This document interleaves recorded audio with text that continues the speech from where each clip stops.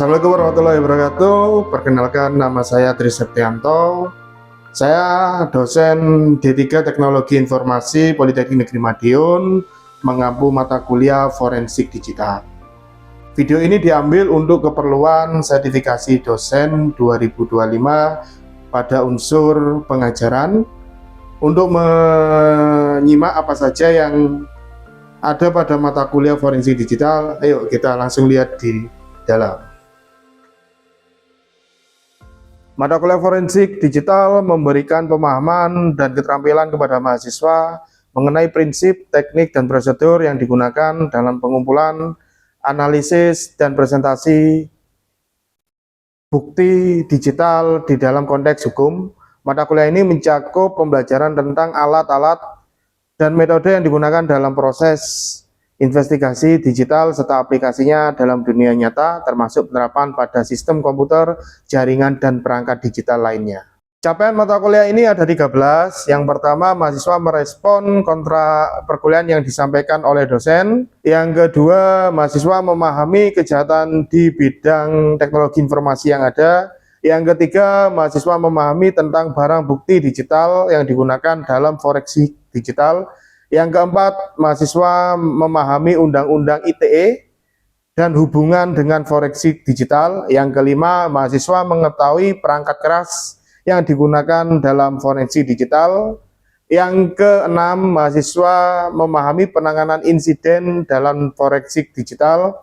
Yang ketujuh, mahasiswa mampu menjelaskan dan memahami perangkat untuk menganalisis bukti digital dan lalu lintas jaringan akses yang tidak sah pada sistem informasi. Yang kedelapan, mahasiswa memahami forensik digital pada perangkat bergerak. Yang kesembilan, mahasiswa memahami anti forensik dan membuat sistem yang memudahkan forensik. Yang kesepuluh, mahasiswa memahami tentang pelaporan dan administrasi hasil forensik digital.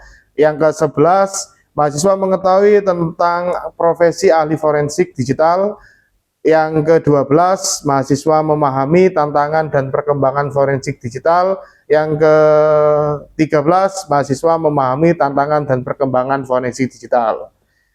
Semua capaian mata kuliah itu akan terbagi menjadi 16 pertemuan, di mana 7 pertemuan kemudian UTS, lalu 7 pertemuan lagi, kemudian pertemuan yang terakhir adalah UAS. Metode pembelajaran pada mata kuliah ini, yang pertama, kuliah tatap muka. Pembelajaran dilakukan melalui kuliah interaktif antara dosen dan mahasiswa terkait diskusi kasus dan pemahaman teori.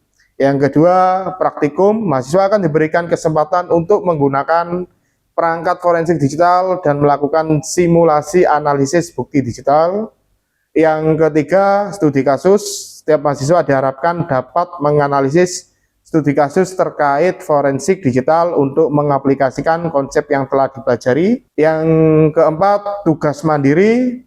Mahasiswa akan diberikan tugas untuk mengumpulkan dan menganalisis data digital dari berbagai sumber. Yang terakhir adalah ujian. Ujian ini pada saat UTS dan UAS untuk menilai pemahaman teori dan praktik mahasiswa terkait dengan forensik digital. Penilaian mata kuliah forensik digital terdiri dari berikut. Yang pertama, partisipasi kelas 20%, tugas dan praktikum 50%, ujian tengah semester atau UTS 15%, sedangkan ujian akhir semester atau UAS 15%. Aturan dan ketentuan pada mata kuliah forensik digital antara lain, yang pertama, kehadiran, keterlambatan atau ketidakhadiran lebih dari 3 kali tanpa alasan yang sah akan mempengaruhi nilai akhir. Yang kedua, tugas. Setiap tugas wajib diserahkan tepat waktu. Apabila terlambat, akan terjadi pengurangan nilai sebesar 10% setiap hari. Yang ketiga, etika akademik. Mahasiswa diharapkan untuk menjaga integritas akademik, tidak melakukan plagiat atau kecurangan selama ujian atau pengumpulan tugas. Yang keempat, peralatan. Mahasiswa disarankan untuk membawa laptop atau perangkat lain yang diperlukan untuk praktik, serta memiliki software forensik yang digunakan selama praktikum. Yang 5. Konsultasi. Dosen pengampu tersedia untuk konsultasi setelah perkuliahan atau dengan jadwal yang telah disepakati antara dosen dan mahasiswa. Untuk referensi yang dipakai dalam mata kuliah forensik digital ada 3 yang utama. Yang pertama, etika komputer dan tanggung jawab profesional di bidang teknologi informasi tahun 2006 yang ditulis oleh Teguh Wahyono. Kemudian komputer forensik tahun 2023 yang ditulis oleh Rahmadi Budiman. Yang terakhir adalah komputer forensik handbook tahun 2010 yang ditulis oleh Little John Schrader. Oke, selamat pagi. Assalamualaikum warahmatullahi wabarakatuh. Ya, hari ini kita memasuki mata kuliah pertemuan ketiga, yaitu judul barang bukti digital dalam forensik digital, mata kuliah forensik digital. Nah, jadi di sini nanti teman-teman akan belajar apa saja sih barang bukti digital dalam forensik digital yang digunakan. Nah, sebelum kita masuk, marilah kita berdoa terlebih dahulu. Sebelum kita melakukan perkuliahan ini, berdoa dimulai. Berdoa selesai. Ya, sebelumnya saya akan absen dulu. Yang pertama David, yang kedua Reisa, yang ketiga Risa, yang keempat Dinda, yang kelima Desvita, yang keenam Salma, yang ketujuh Zeti, yang kedelapan Kalista. Oke, kita lanjut saja materinya. Nah, pentingnya bukti digital dalam investigasi kriminal. Yang pertanyaannya, bukti digital itu apa sih sebenarnya? Kalau menurut saya itu sebuah informasi yang disimpan dalam bentuk elektronik, ada dengan bukti yang berupa kertas.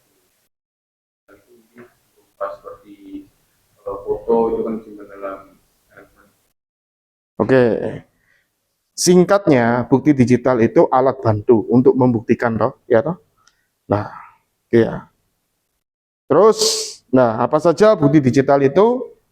Mungkin sudah pernah kamu tahu. Yang pertama ada file elektronik, dokumen, gambar, video, data dari perangkat keras, data komunikasi digital, kemudian yang keempat log dan metadata sistem. Apalagi kamu di teknologi informasi, kamu kan seharusnya kalau bikin sebuah sistem informasi harus bisa mencatat semua log. Jadi ketika admin itu login ya, terus kemudian admin itu meng-create user, kamu misal mengupdate data, mendelete data, harusnya itu ada tabel log yang menyebutkan misal tanggal berapa, jam berapa, sama aktivitasmu ngapain aja. Harusnya di semua sistem informasi yang kamu kembangkan itu harus lognya. Itu ya. Bukti digital itu apa? Seperti yang saya bilang tadi, gampangannya alat bantu digital. Ya. Dan perannya apa? Ya sebagai bukti. ya sebagai bukti. Nah, menurut undang-undang ini sudah berlaku tahun 2000 berapa? Undang-undang ITE? 2000 berapa? 2008. Bahwa pasal 5 pengaturan mengenai informasi elektronik sebagai alat bukti yang sah di pengadilan. Pasal 11 keabsahan dokumen elektronik sebagai alat bukti hukum. Maksudnya gimana Pak? Yang pasal 11 ini keabsahan. Keabsahan itu berkaitan dengan apa? Keabsahan. Ya asli, berkaitan dengan apa keabsahan? Apa? Keabsahan itu berkaitan dengan legalitas dokumen. Biasanya legalitas dokumen itu dibuktikan dengan apa? Apa? Hah? Tanda tangan toh? Nah, itu. Jadi sebenarnya di Undang-Undang ITE sudah diatur di pasal 5 itu terkait informasi elektronik sebagai alat bukti yang sah di pengadilan, tapi nanti ada tapinya. Nah, nanti harus dibuktikan oleh pakar forensik. Nah, yang 11 bahwa sebenarnya tanda tangan yang tanpa stempel ataupun dokumen yang di-scan itu tetap sah, tapi nanti juga harus bisa dibuktikan kembali lagi merujuk ke pasal 5 ya.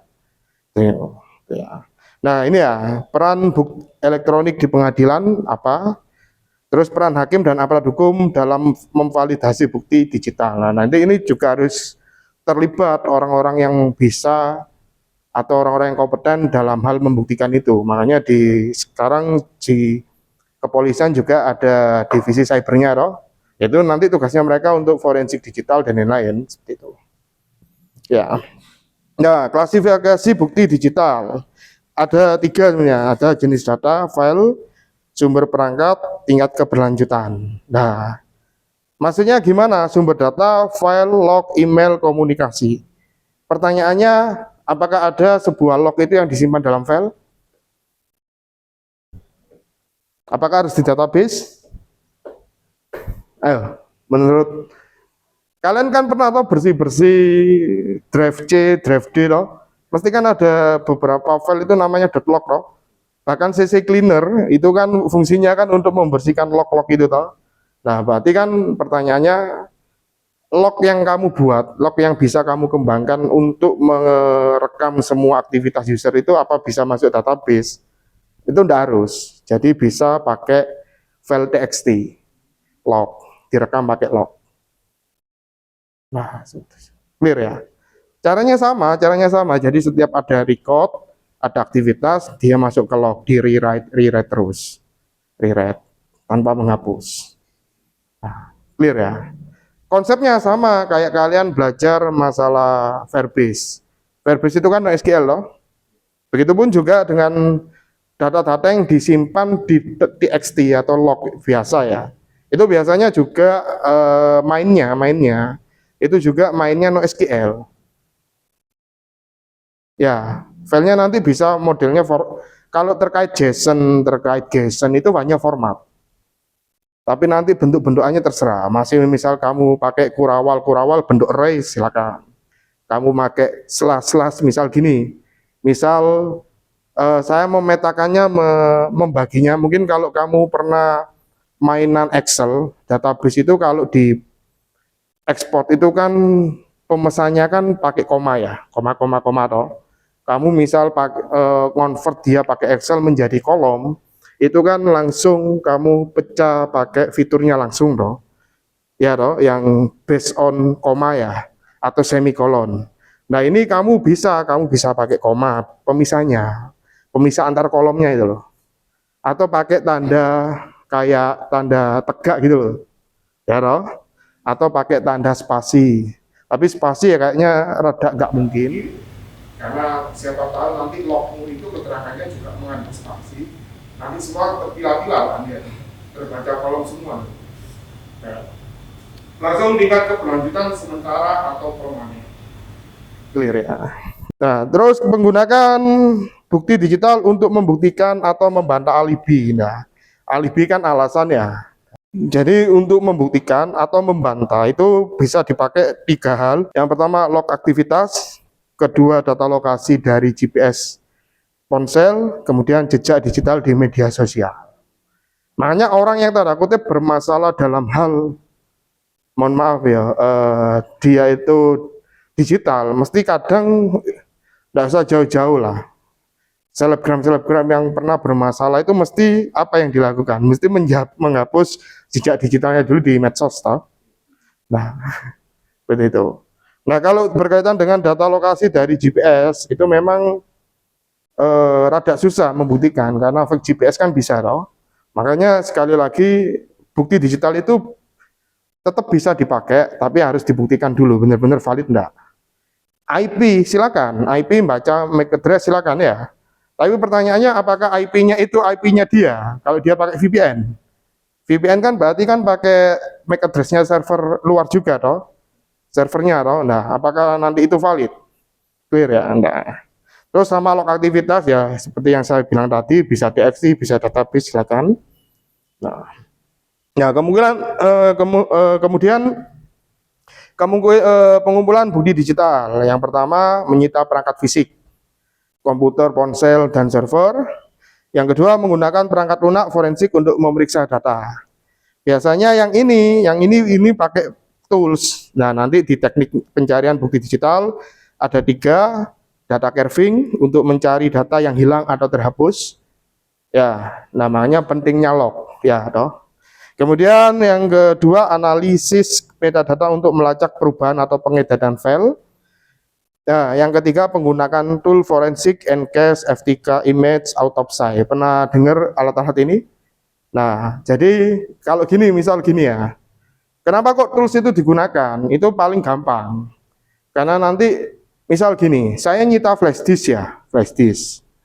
Saya misal takut kelupaan ya, ya sudah saya pakai alat aja, misal kayak FTK image. Jadi flash disk ini saya jadikan ISO dulu. Nah, nanti di situ ada enkripsinya, ada MD5-nya dan lain-lain. Yang itu nanti kalau misal catatan saya, misal ya, kode enkripsinya itu anggap aja 001 ya. Ternyata di lain kemudian flash disk yang sama, kode enkripsinya itu 002, berarti ada masalah, bisa jadi ada data yang diubah. Jadi bisa tahunya di situ. Makanya ya itulah fungsinya menggunakan tools forensik itu ya. Langkah-langkah dalam pengumpulan data yang pertama, pemeliharaan integritas bukti, prosedur pencadangan, imaging. Nah, seperti yang saya bilang tadi, imaging itu juga perlu verify yang MD5-nya tadi. Terus chain of custody untuk menjaga keabsahan bukti. Nah, bukti itu dinyatakan asli, definisinya sederhana, bukti itu harus tidak bisa dimanipulasi. Clear ya? Metode verifikasi keaslian seperti yang saya bilang tadi, menggunakan hash function ya, ini biasanya di FTK imager itu. Jadi di image nanti menghasilkan luaran kayak kode enkripsinya, itu harus kamu backup. Karena nanti kalau kodenya beda, misal hari ini ya anggap aja 001 ya toh, dengan flash disk yang sama. Besok 002 bisa jadi asumsinya data itu diubah ataupun flash disknya itu diganti dengan flash disk yang sama ya, merek yang sama, ya tahu toh. Nah, karena akan beda setiap NB5 itu beda. Makanya pentingnya kita pakai alat. Teknik pencarian bukti digital menghindari akses yang tidak sah. Terus kemudian penggunaan teknik enkripsi dan penyimpanan yang aman. Nah, isu terkait validitas dan keabsahan bukti digital ya memang ada dua, manipulasi data atau perangkat, pembuktian kesalahan teknis. Nah, misalnya kesalahan pada perangkat atau perangkat lunak, ini terjadi, mohon maaf, pada kasus Sambo ya. Sampai tukang CCTV-nya kan dipanggil ya. Nah, CCTV rusak kok pasang ya. Nah, ya toh, ada yang ngikuti toh, nah itu. Memang ya ini validitas keabsahan bukti digital itu repotnya di situ. Clear ya. Nah, apalagi sekarang mohon maaf AI juga muncul. Nah, akhirnya ya juga rada repot juga untuk membuktikan kalau untuk saat ini mungkin generate AI terkait manusia human itu kan masih sifatnya kan masih ketara ya, masih bisa dibedakan karena mereka kan cenderung rada 3D ya. Tapi yang jadi masalah nanti kalau itu berkembang 5 tahun lagi terus istilahnya apa ya, beserta sekulit-kulitannya itu ternyata sak keriput-keriputnya juga mengikuti, kita malah tidak bisa bedakan ya. Kalau sekarang kan secara lighting, secara format kan masih bisa, oh ini AI ya, oh ini enggak. Tapi kan nanti kan kita tidak tahu seril apa ya. Nah, isu teknis kemampuan untuk mengakses data terenkripsi, mohon maaf, dulu pernah lihat kasus terkait Al-Qaeda Amerika, itu sampai kan ada temuan ponsel salah satu teroris itu ditemukan, mau dibuka, itu melibatkan pihak-pihak vendor antivirus swasta seperti McAfee ya. McAfee itu sampai bilang untuk buka enkripsinya iPhone secara brute force ya, random ya, kami membutuhkan waktu 100 tahun. Ya. Loh, kenapa kok nggak tanya ke iPhone aja, Pak, ke pembuatnya? Ya nggak bisa loh, itu kode etik toh. iPhone kan bikin encrypt ya. Terlepas nanti perangkatnya kamu bikin tanda kutip kejahatan digital, mereka kan lepas tangan. Yang penting mereka cuma jual ya toh. Clear ya. Terlepas iPhone itu untuk apa-apa terserah, Androidmu untuk apa-apa terserah ya toh. Ya kalau nanti apa-apa harus kembali ke vendor, berarti mohon maaf, vendor kan secara nggak langsung sudah membocorkan rahasia perusahaannya atau untuk mengenkripsi data-data itu toh. Nah itu kan enak banget, maksudnya tim riset orang-orang ini kan, loh kok enak banget kamu kok minta dekripsiku, kunciku langsung. Nah kami mengembangkan itu bertahun-tahun, nah jadi itu nggak make sense, nggak bisa seperti itu. Memang harus ada upaya. Ya kalau kamu pengen lihat HP itu ya silakan, terserah kamu punya keilmuan apa, loh. Ya Microfy pada waktu itu lepas tangan itu bukanya harus 100 tahun. Kemudian, nah ini ketergantungan pada perangkat tertentu yang mungkin sudah tidak ada atau rusak. Nah, gitu ya. Terus masalah hukum, kepastian hukum mengenai penerimaan bukti digital, pengaruh dari perubahan teknologi terhadap undang-undang yang ada. Nah, ini sebenarnya perbankan ini juga agak was-was. Karena kan beberapa bank swasta pun yang katanya ketat, itu pun kemarin jebol karena verifikasi pakai AI ya. Jadi ada fake human, mereka pun jebol. Nah seperti itu. Makanya ini lagi ya digodok juga terkait ethics AI gitu ya. Nah kesimpulan, bukti digital semakin penting dalam dunia forensik untuk mengungkapkan kejahatan dunia maya. Keabsahan dan integritas bukti digital harus dijaga dengan cermat. Kemudian tantangan dalam penerimaan bukti digital membutuhkan pemahaman yang baik tentang hukum, teknologi, dan etika. Jadi referensinya saya ambil dari Undang-Undang ITE sendiri, seperti yang bilang bahwa Undang-Undang ITE itu sudah ada sejak tahun 2008. Sebenarnya 2006 itu sudah marak-maraknya, tapi itu masih RUU. Terus kemudian disahkan di tahun 2008. Ya. Sampai sekarang belum ada update, masih pakai itu. Makanya kemarin ada klausul, kemarin kan terkait kasus-kasus penghinaan ya, pencemaran nama baik dan lain-lain kan masih belum tercover toh di Undang-Undang ITE yang disebut pencemaran nama baik itu apa? Apakah misal gini, nagih hutang yang memang beneran dia hutang di sosmed itu, apakah itu termasuk Undang-Undang ITE? Ya itu kan sampai sekarang belum clear seperti itu. Jadi memang tarik ulur. Jadi kebanyakan orang yang memakai landasan ini masih based on pencemaran nama baik, bukan di Undang-Undang ITE-nya ya. Seperti itu. Oke, ada yang ditanyakan dari sini? Ya, silakan.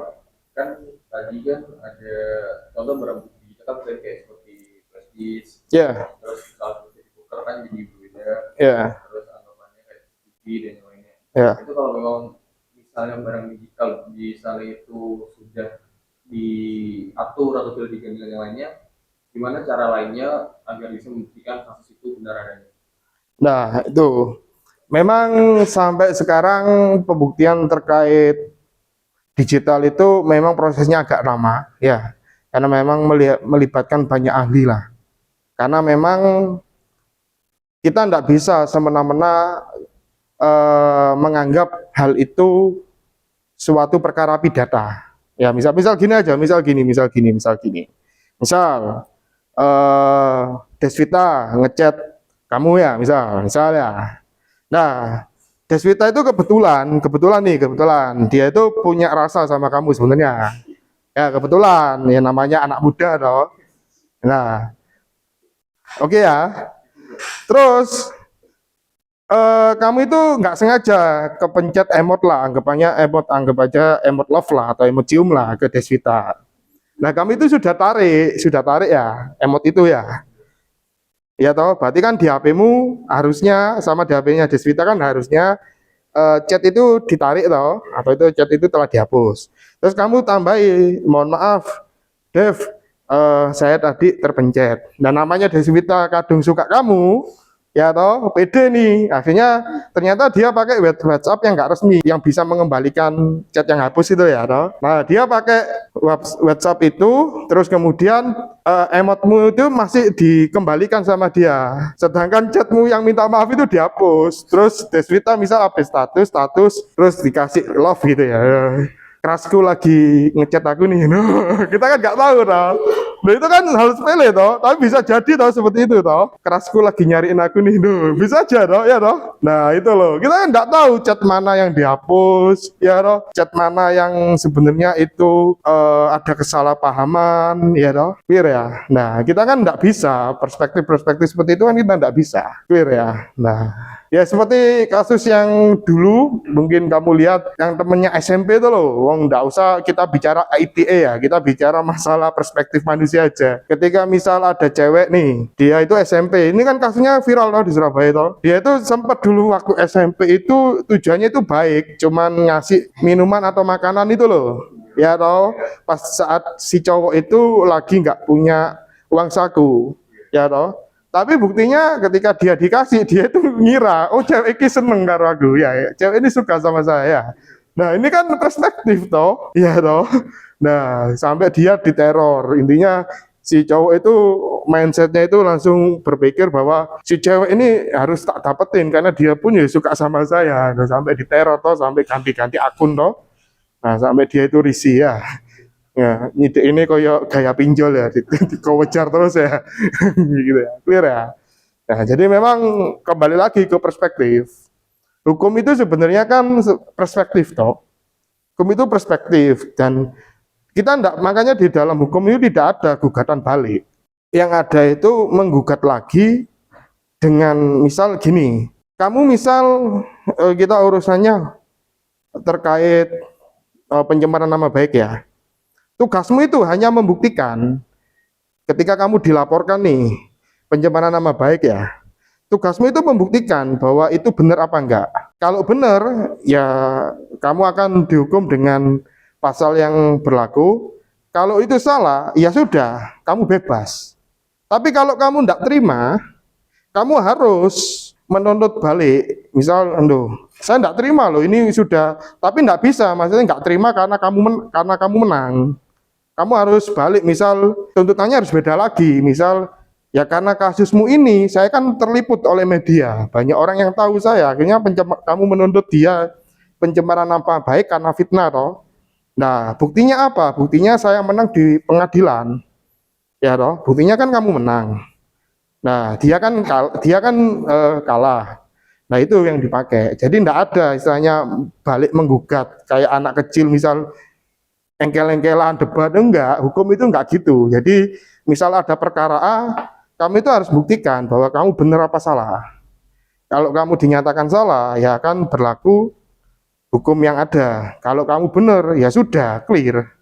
Nah, tapi kalau kamu mau menuntut, itu harus punya landasan. Nuntutannya apa? Enggak bisa, oh itu fitnah berarti tadi.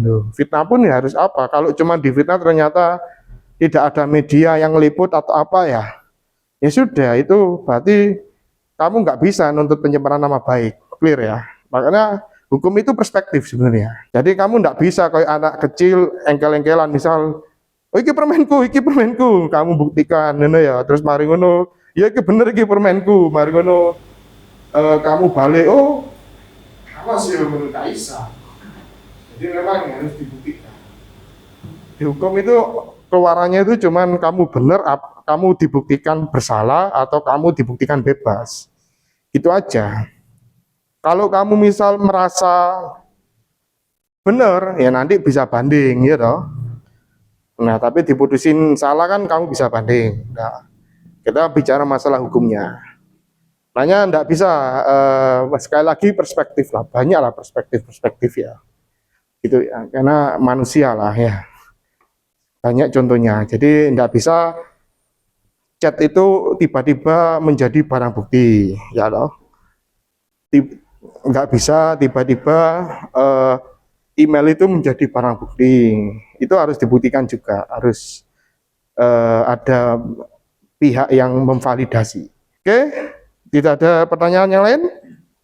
Apa ada pertanyaan lain? Silakan, tanya aja. Oke, kalau tidak ada, saya akhiri. Kita jumpa di minggu selanjutnya. Terima kasih. Wassalamualaikum warahmatullahi wabarakatuh. Waalaikumsalam.